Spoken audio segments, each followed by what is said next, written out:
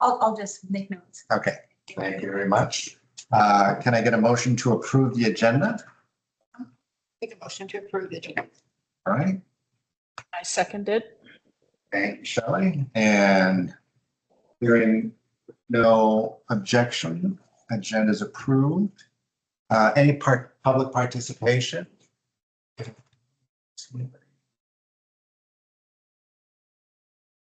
Okay, good. So I'll entertain a motion to approve the minutes. I wasn't here, but I make a motion to approve the minutes from July. okay, thank you. Second, Lisa, thank you. Objections, none. So the minutes are approved from July. Okay, very good. And so old business. Yeah, Okay, thank you, Mr. Chair. So old business, we just have, first is our board quality dashboard. If you could just make that a little smaller, Suzette. Probably go to like 76, so it'll fit out. There you go. Okay. Yeah. So this is just our board quality dashboard. As you can see, we just have a few things that are still out of meeting goal. One of them is our sepsis. We look at it as our national benchmark, which is very hard to reach. Something we're still working on. Our falls per 1,000 patient days, we are below on average on that. And oops, I can't quite see the rest of it. Sorry. There we go. And just a few other, looking at our catheter days we're looking at, and then the other ones at the bottom, we are right in the middle of our safety culture index is taken off of our current culture survey, and we are right in the middle of doing that right now. And so we should get an update on that during our Q1, which you'll see coming out after our first quarter. And then our hand hygiene, we are still working on that, of improving our hand hygiene. So any questions on this page before I move on? All right, next page. Just on this, looking at it, we have some of our Press Ganey scores on here. Robert's going to give a little bit more information on what is coming on our Care Compare, and then on our extraordinary engagement, you will see that coming on our Care Compare. And then there's a few we're looking at in our OR, our utilization, and we have a couple of PI projects working on our OR utilization and our start times that we are working internally on that. And any questions on page 2 of this report? Yes. So with the OR utilization, when I first got on the board, there was a lot of talk about late starts and so forth. And then I'm looking here, if I'm trying to find my spot, because I can't really read up there, that's too small.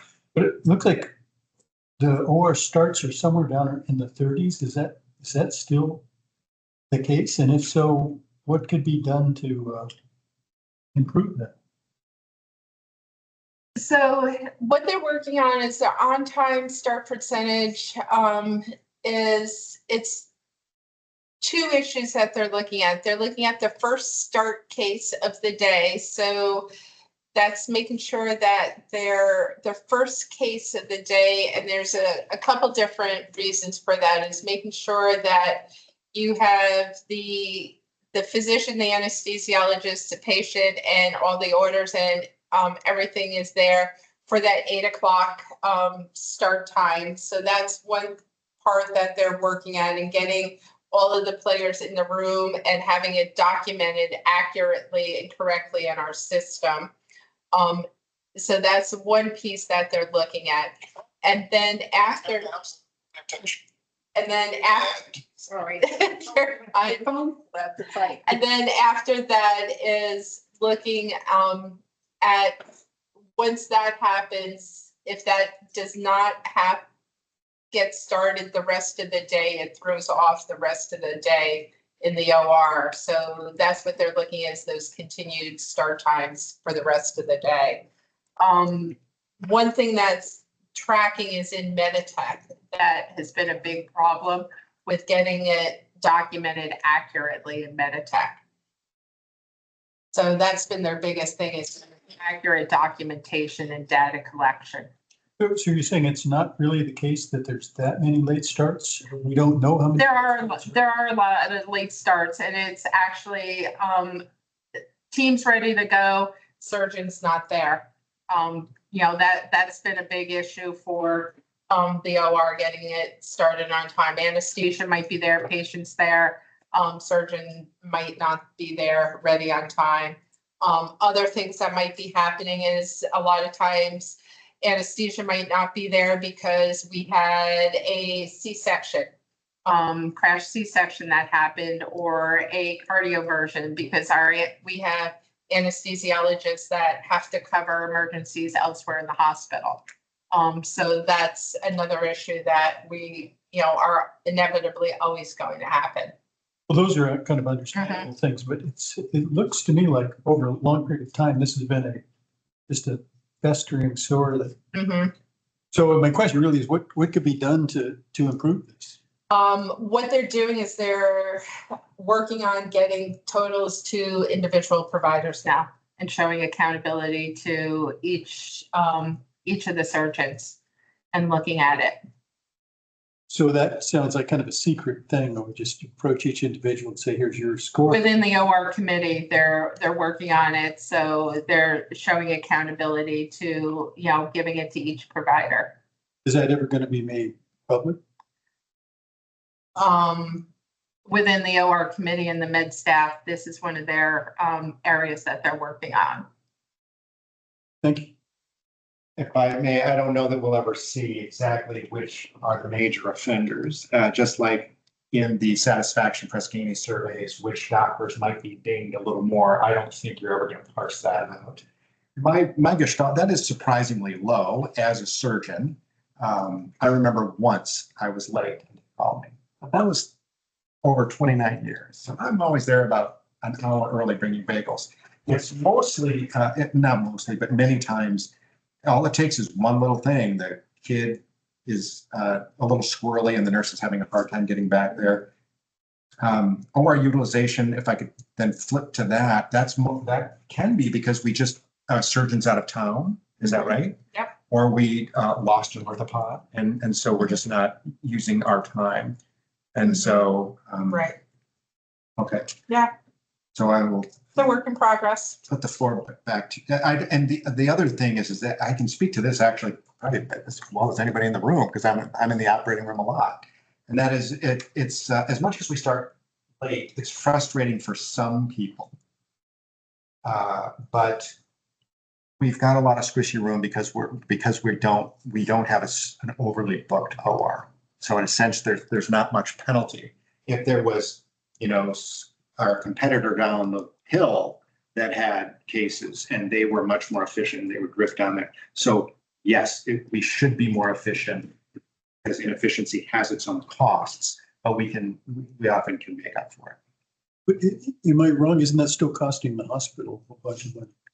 No, because these are salaried employees and we're almost always done before 4:30. So there's the marginal cost to the hospital. I would imagine, am I speaking out of turn, Joe? I don't think it would be much. It's not because we're 5 minutes late. We start at 8:05 and then we have to pay overtime. I just don't see that. No, it's going to be the cases. The bigger problem that drives some of the issues here. Start cases or stuff that is deemed emergency that's not really emergency. That's a bigger problem that's driving both factors. Mm-hmm. From my perspective, that's an issue that starts an issue. Yes, surgeon wants to do the case. They call it an emergency. It's not really an emergency. So then they've got to keep a crew overtime. Whereas they could do the case the next day, but the surgeon has got clinic that next day or something like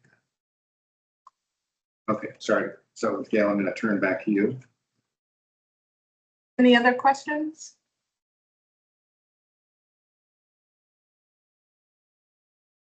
Robert? Robert, you're there for the HCA PHS report? Yes, sir. Can you guys hear me okay? Yes. Okay, I'm just here to present our January 2025 Care Compare website update as it relates to our HCAP scores.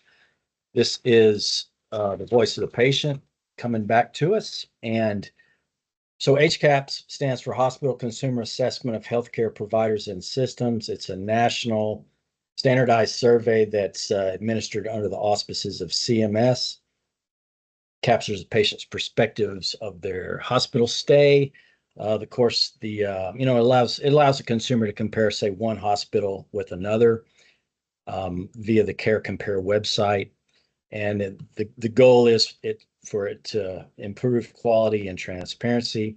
Currently, 29 questions, core topics being communication with staff, cleanliness, discharge information, overall rating, and likelihood to recommend. That's going to change to 32 questions in January 2025. But as you will soon see, it takes a little while for that data to get to the website. So next slide, please.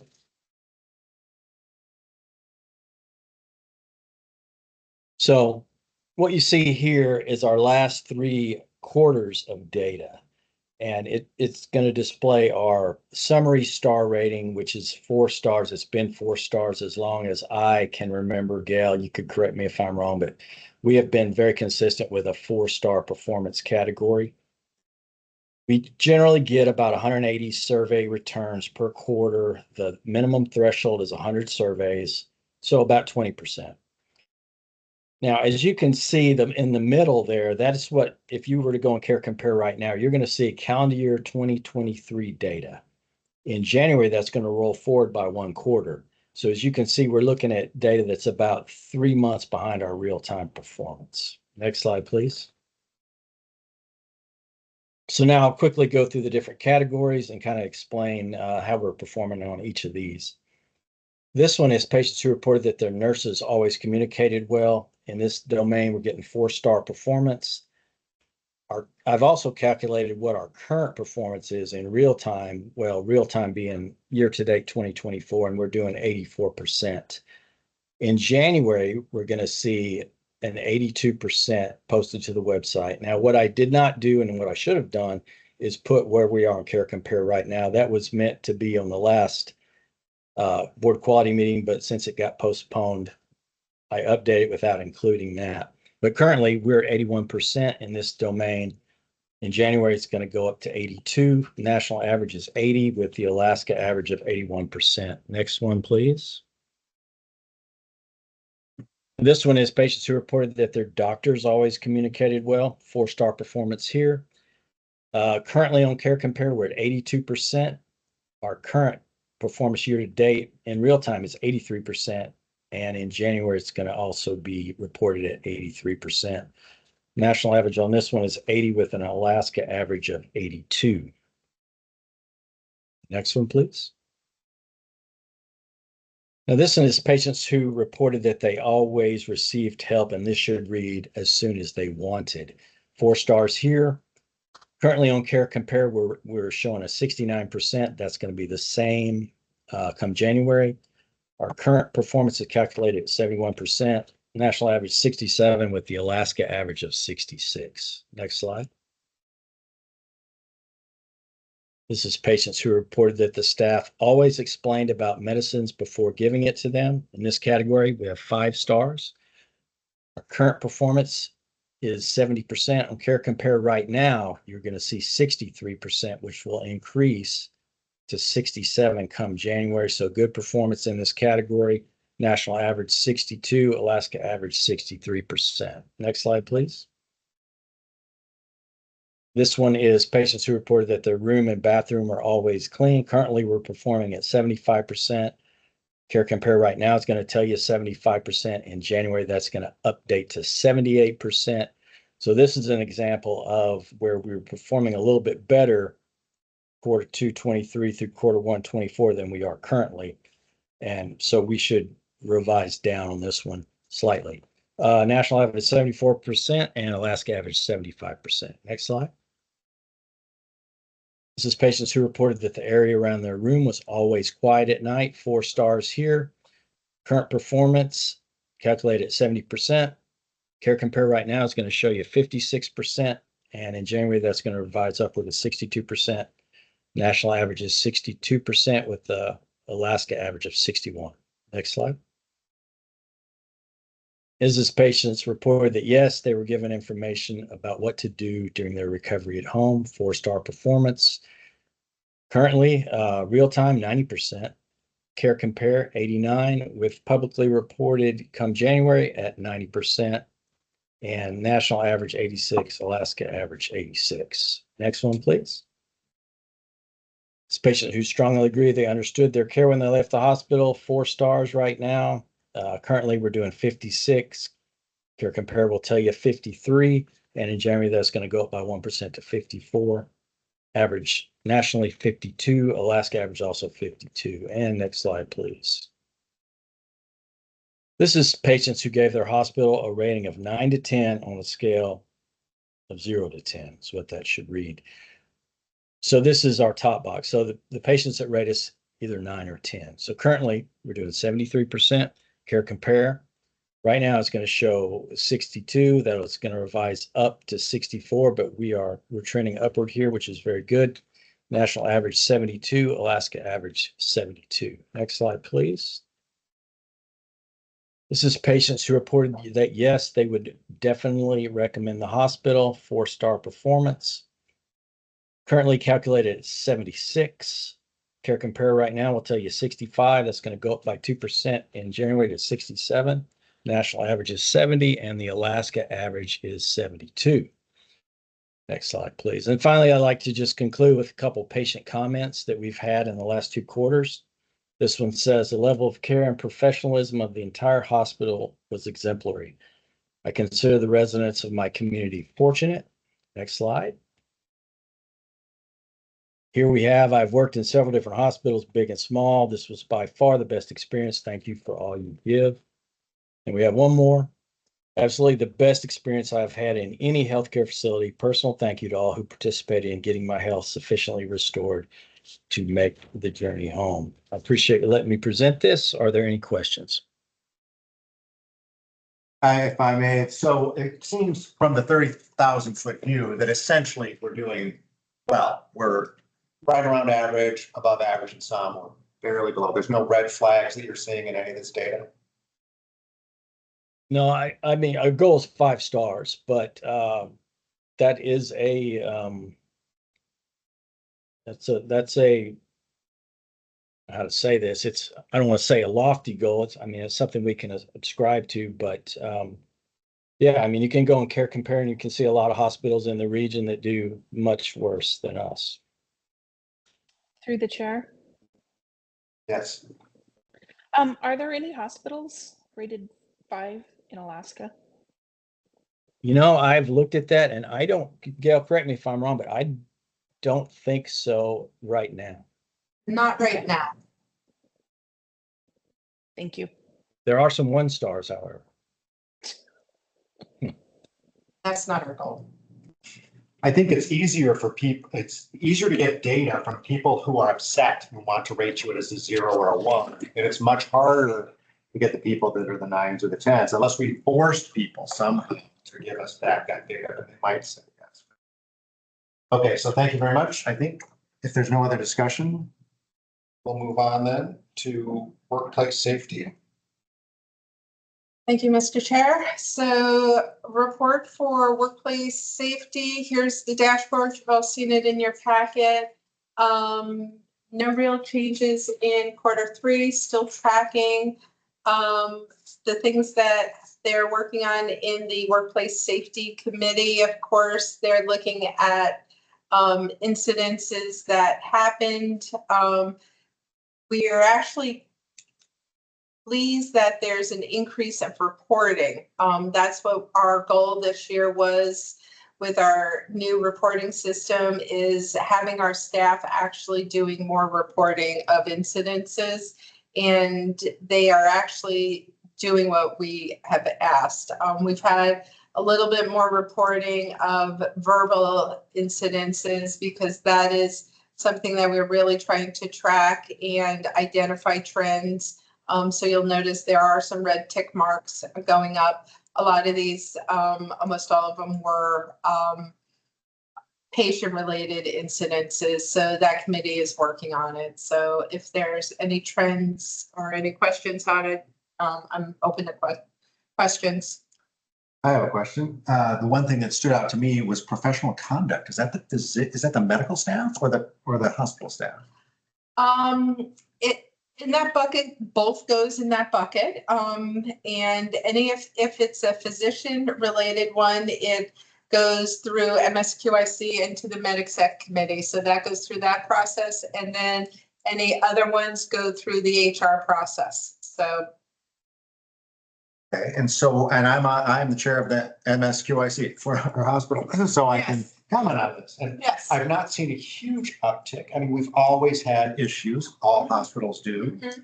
but I haven't seen a huge uptick. So why is this red? It means an increase over the last quarter. So that's what we're looking at. So that's what I'm just is trending it quarter to quarter.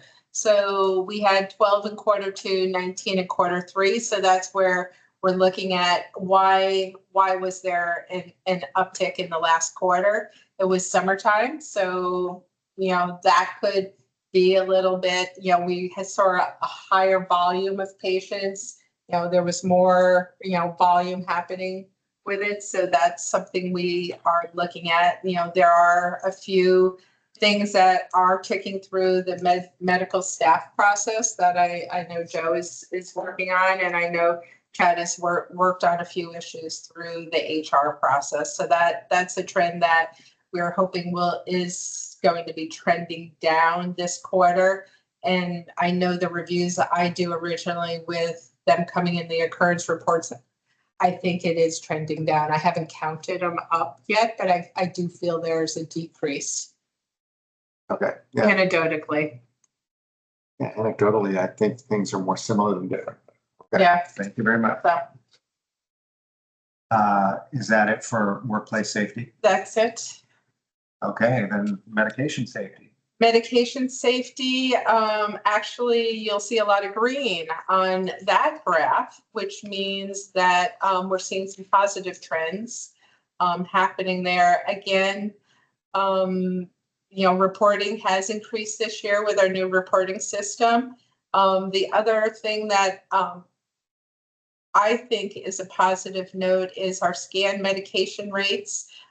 This year, our emergency room went on Meditech, and now I'm providing them with a report that shows their scan medication rates. And the first report I gave them, they were at I think abysmal, like 35%, and now they're up in the high 80s on their scan rates. So they had a lot of equipment issues with their IT problems with going on Meditech, and that's really resolved. So looking at the trends on the scanned rates, you'll see that they're tracking higher now that the emergency room is on scanning. So I think that'll probably be green starting next year. So good work there.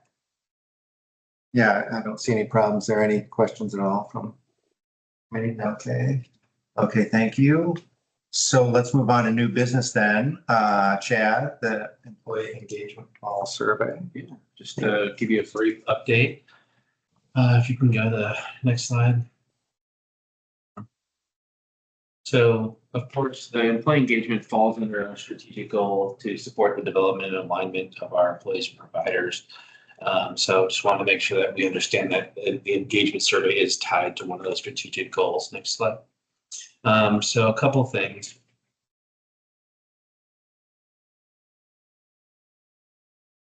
So what have we learned? So lessons learned and opportunities from last year. So number one, transparency. It's as we move forward, we really needed to make sure that staff understands the level of transparency that they can expect We do continue to believe that the themes that come out of these things are the most important versus the specific individual comments. And, again, should we elect to go in a different direction, ensuring that the organization is prepared for that holistically.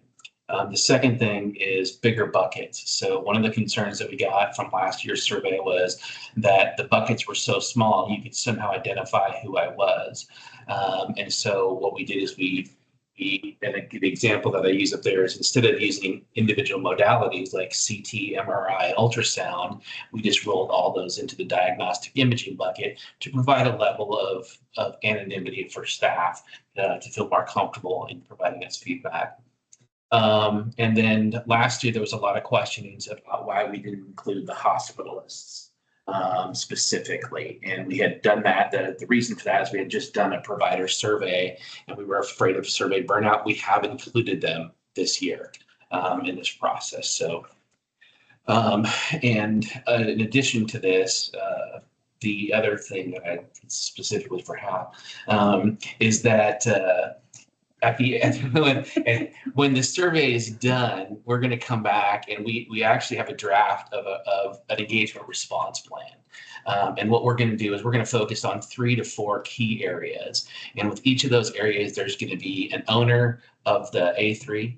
So we're going to use the A3 process, and each of these things that are identified. So let's say it's career development.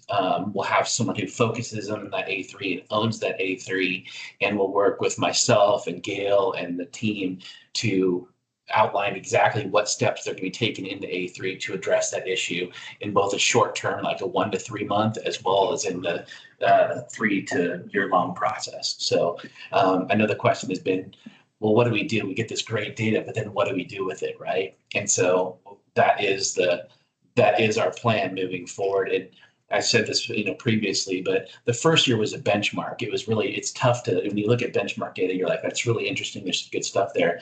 But now we're going to be able to see, is this trending up? Is this trending down? Was this a one-time thing? And so we're really excited about getting this year's data. So currently we're sitting at 38% response rate. Last year we hit 43. It is open for a few more days. I've reached out to every single manager individually and shared with them what their current response rate is. And I've got a lot of encouraging, comments back like, hey, I'll encourage my staff to do it. There's a couple areas that continue to always be a challenge just because they're not sitting at a computer. So we're working with those managers to see if we can just take laptops down, sit with them at lunch, whatever we can do to encourage them.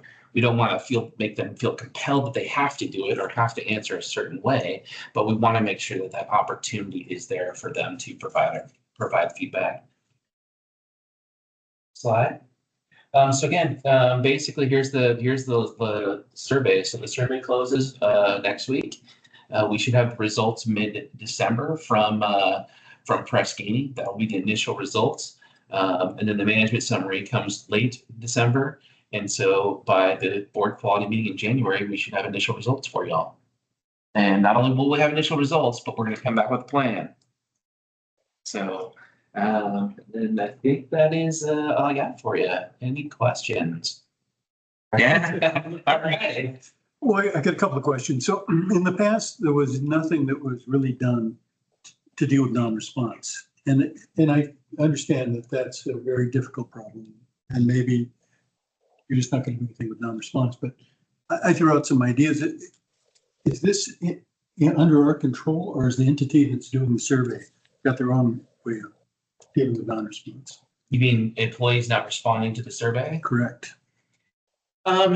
There are a few limitations that I think are embedded in the process. So in order for an individual to respond, they either have to use a unique identifier. So the link that comes in their email, so it's just 1-to-1. We don't want Chuck to, fill out 10 different times. Mm-hmm. Or they have to use, it's a pretty intense sequential login, which we've communicated to staff, but it's like the first 4 letters of your last name, first 2 letters of your first name, and then the first 3 digits of your birthday.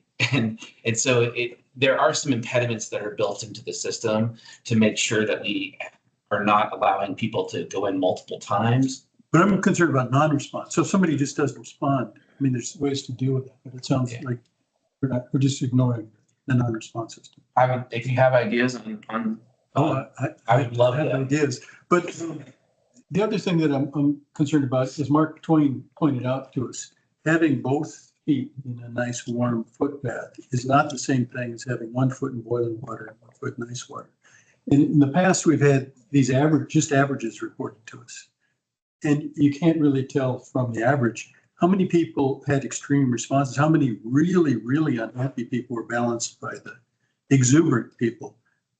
When we have this, the data revealed to us, I hope we'll have something more than just averages. So you'd prefer to see something like ranges from, Oh, there's all kinds of ways of presenting variation. Box and whisker plots is a very conventional way to do it if you know what those are. Something, it may be ranges.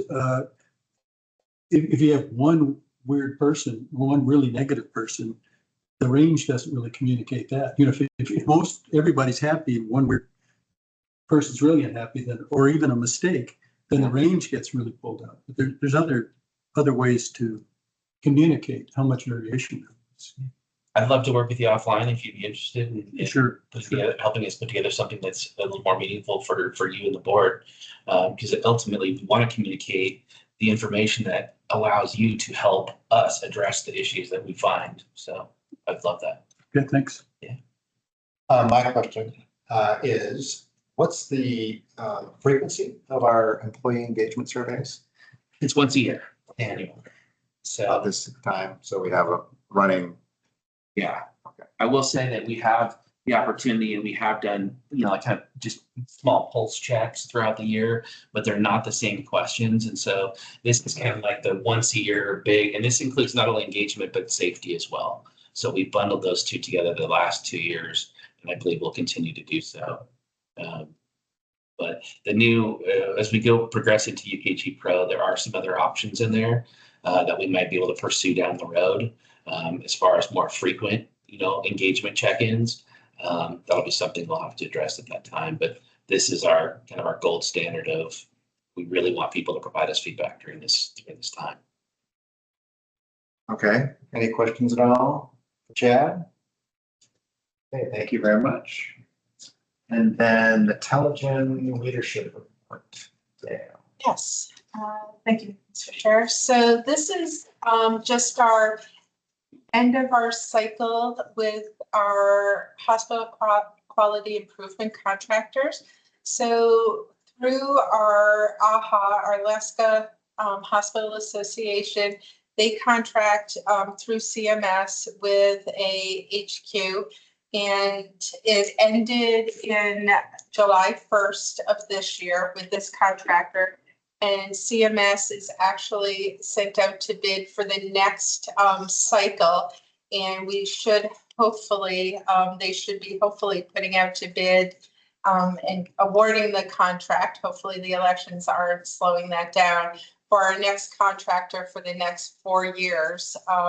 So I should be hearing who our next contractor is, because they collect a lot of the quality data that is important to us as a hospital and comparing us to other hospitals. So this was the report that Telegen provided to us, and I thought it would be important for the board to just see what we get as being part of Alaska Hospital and part of an HQ contractor. So Telegen, just as you can see on their information, had 144 critical access hospitals and then 33 IPPS, which is what Bartlett is in their grouping. And then they had tribal hospitals and a couple other rural emergency hospitals. So the important sheet is probably the third one, 33.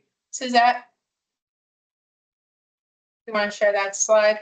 So this is what our final ranking of all of the IPPS. So this is all of the hospitals in it, but this is really where we ranked out over this last time frame for us. So you can see where Bartlett with all the hospitals where we ranked out on a lot of our quality measures. So the overall performance, if you see the green plus, that's where we ranked out very well.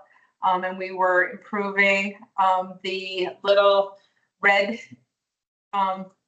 signals are ones that we are have opportunities to do performance improvement on. And then the little blue are ones that we haven't moved either way, like our central line infections. We haven't had any in, I'm gonna jinx ourselves now, I think 5 or 6 years. So we're doing fantastic there.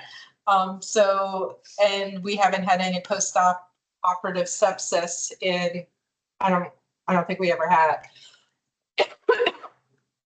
So this is just our benchmark of where we are. This is the type of data we get by providing within one of these programs. So these are some of our quality measures we are reporting on. And any questions from the committee? I have a question.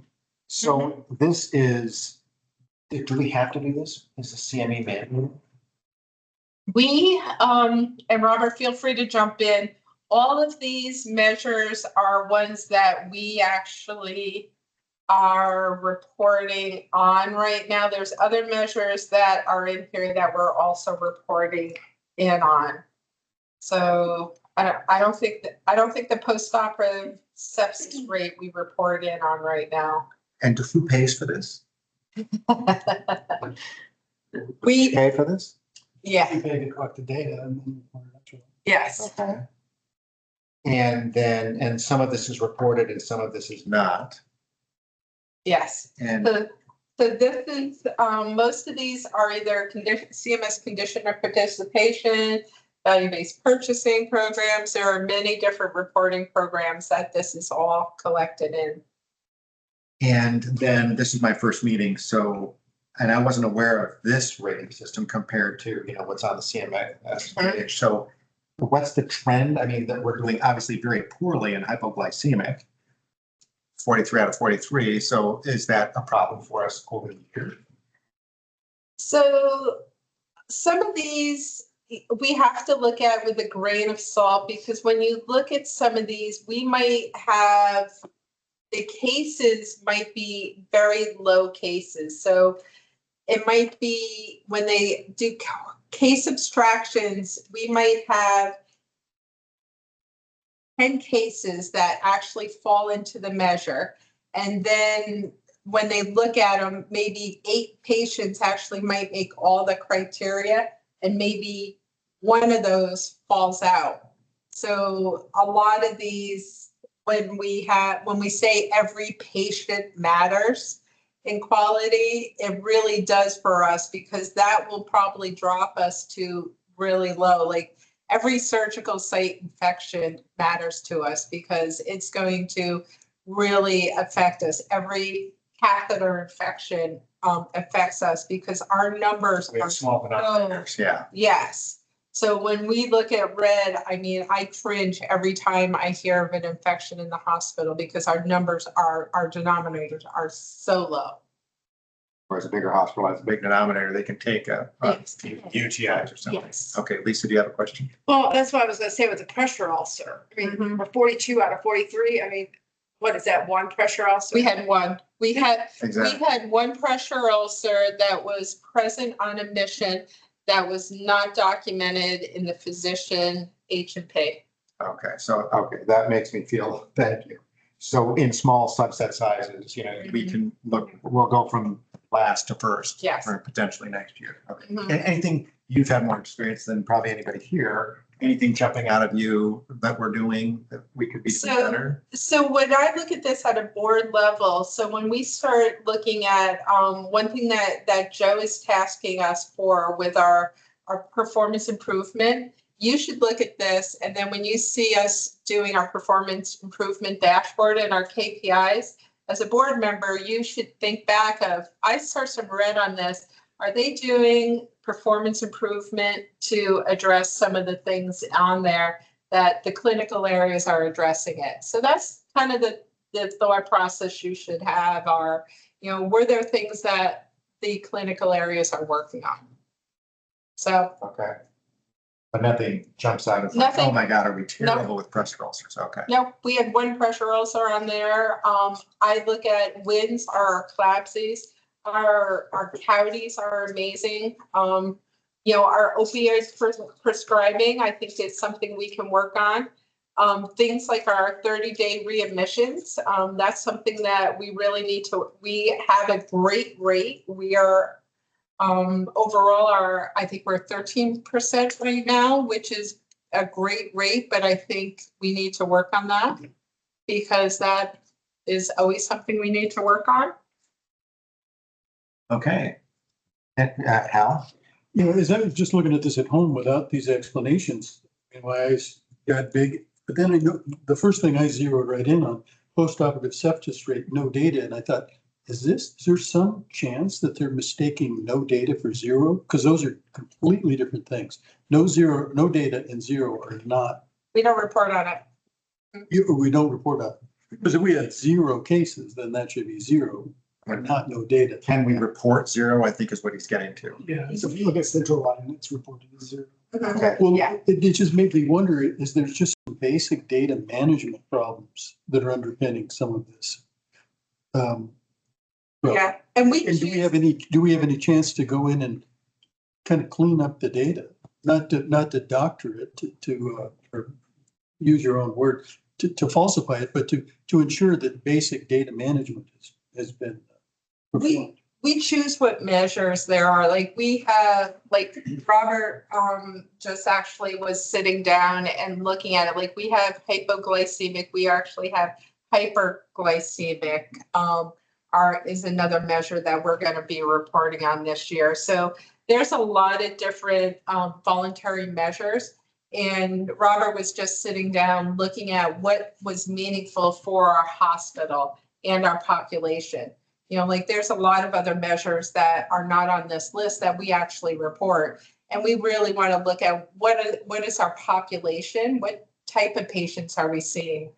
So, and for us, for our postoperative sepsis rate, we're not going to get any meaningful data off of that because we know our population and we have a very low rate of surgical site infections anyway. So we would probably see zeros in it. So it's not going to give us meaningful data to improve patient outcomes. That's ultimately what we're looking to do. I have it on here. So, Yeah. yeah. But I'm saying also like opiate prescribing, we're in the red, we're at the bottom of the ranking, but I'm thinking, well, is that because we have more a couple of hospice patients maybe, or something, or is this really indicating? I know from my work in the veterinary world, I mean, all kinds of little things put you in a bad category for opiate prescribing that are perfectly legitimate. That's inpatient and some of our behavioral health prescribing. So that's something we haven't done a lot of work on. And that's something that we have opportunities for. Is there any way that for a board member to go in and try to understand some of this, his or herself, or is this just presented as just these percentages and that's just that? We probably could do some education on this in the next year. Absolutely. And bring some data back for you and some research for you. Well, I guess I was wondering if you could put me on the path to We can. figuring some of this out myself. Absolutely. Thank you. I'm going to have to, how can Hal get this data when it comes out of Meditech? Well, the research on what it means. That's what That's what he's I don't want looking that for. data. He Okay. doesn't want the You data. don't want the raw data? No. Okay. He wants to know what the measures are. No. Thank you. Yeah. Okay, any further questions at all? Okay, so then are we on hospital A3 board Yes. reports? Okay. So this is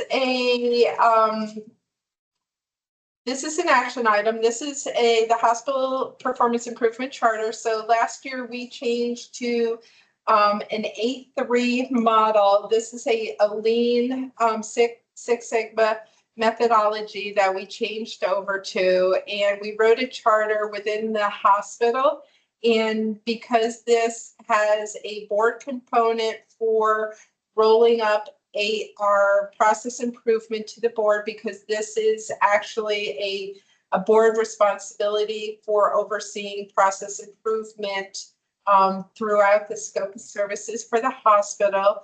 I am presenting the charter to the board to approve the charter for the hospital, because this is a joint commission standard.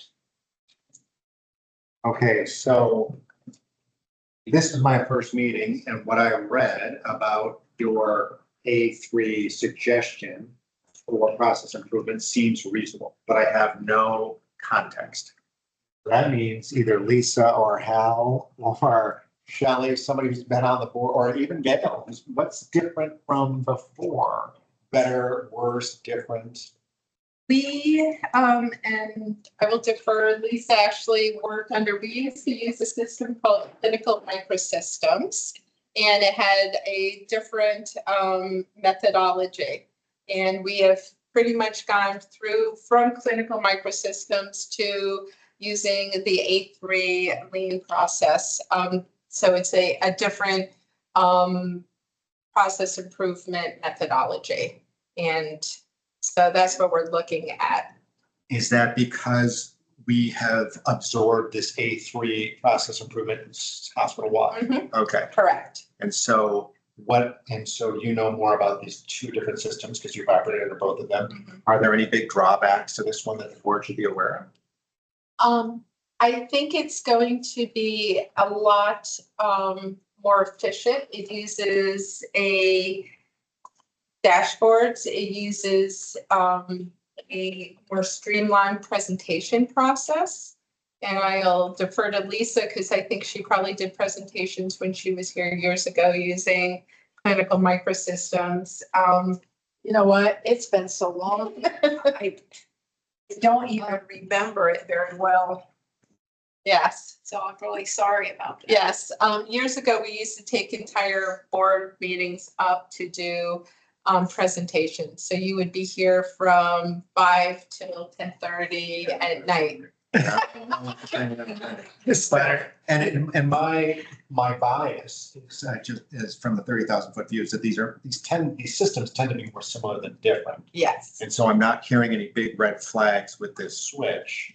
yes. And does anybody else have any comments perhaps that is aware or have any problems with this switch to this method? Okay.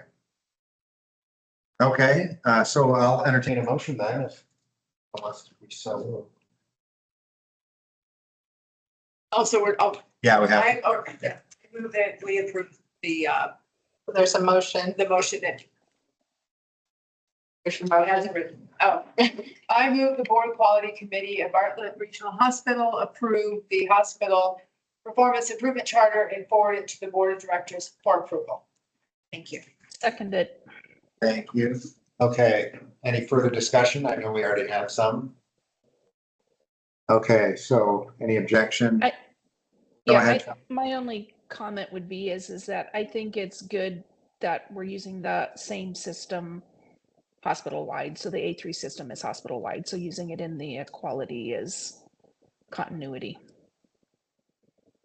Yes, and I like streamline as long as it's effective. That word Mhm. I like as well. So, okay, so that motion is approved. Okay. And, okay, so then we're done. So any comments at all? Okay. Okay, very good. This meeting is adjourned. Is there a comment? No, we're done. 11 minutes early. When's the next meeting? Next meeting is always determined at the board, or generally determined at the board. I should oversee. It will be in January. Okay, thank you. All right, and we will, how did Lindy do that previously? Did you guys set the meeting schedule at this meeting or? You are the chair. Okay. So you can choose to whether you want to make a set day of the month. Since we're in the same room in November, generally, I would like to do it at this board meeting later this month. We know our schedule's better. Mr. Chair, I point out that the committee members next year in January Oh, may not be. Mhm. absolutely. That's a good, so it may not even be in November is a good point. We may not decide until Correct. But we can at least set a tentative date. That's true. You may not be the chair. Who knows? As chair. Right. Okay. Meeting's adjourned. Thank you, everybody. Thanks. You have a minute? Yeah.